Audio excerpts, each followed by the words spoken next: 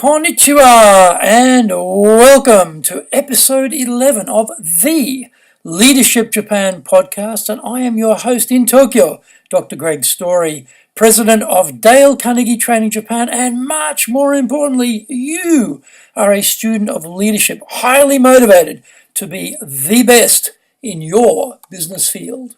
Today our subject is killing those ums and ahs. My former colleague was a notorious ummer and ahra.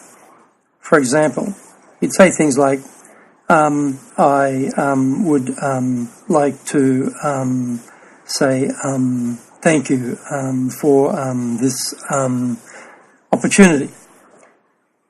Listening to him was seriously painful. Time seemed to freeze as it took forever for him to get to the point, which was mostly lost due to dreadful syntax.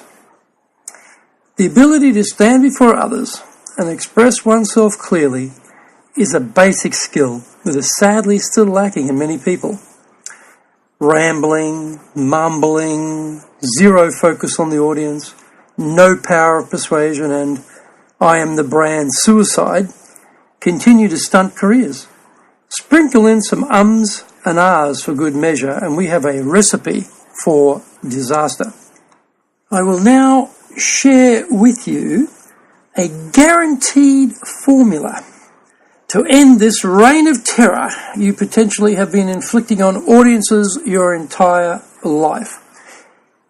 Experience tells us that off-the-cuff remarks are more likely to produce hesitancy in speech than a prepared presentation. For those hardcore ummers, however, it seems to make little difference. Reading a prepared speech is another form of torture for an audience that should be avoided at all cost if possible. However, following this advice forces speakers to think on their feet, which triggers the dreaded filler words like ums and ahs. No wonder people rate public speaking higher than death in surveys about their worst fears. These filler words give us time to think, but why do we need them? If we know what we want to say, we should just be able to get right into it. PowerPoint is a trap. Usually, preparing a presentation means working on PowerPoint for 99.9% of the time. Herein lies the first mistake. Slaves to PowerPoint will never become effective communicators because the focus is on the data rather than the message. We know that how we say something is more important than what we say. Please listen to that sentence again. We know that how we say something is more important than what we say.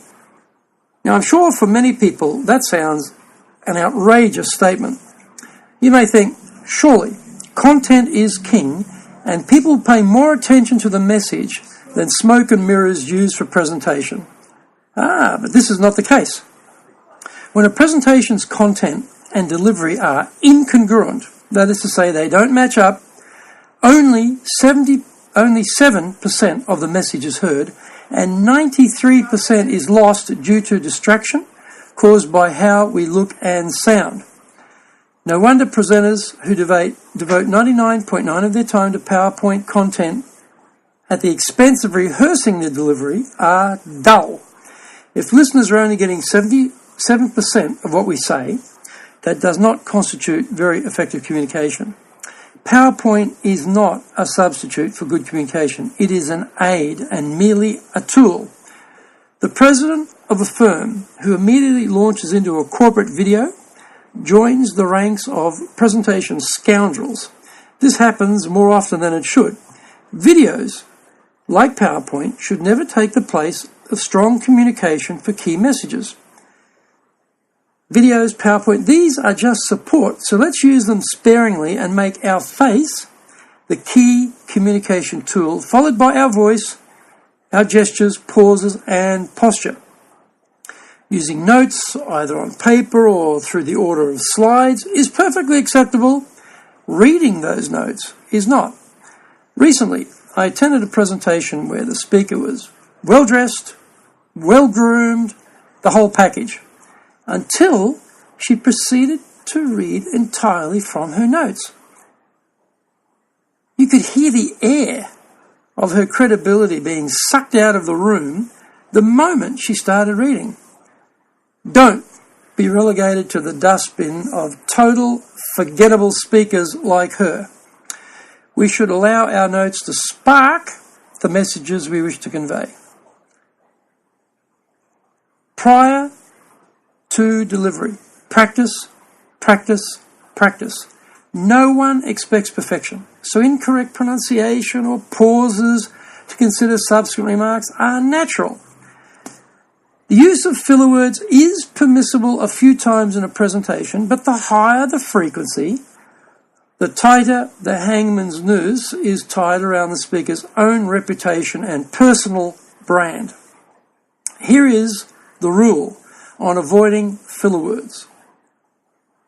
Decide the first word of each sentence and hit that word hard. Allow no other noise to escape your mouth before continuing with the sentence. Once you get to the end of that sentence, shut up.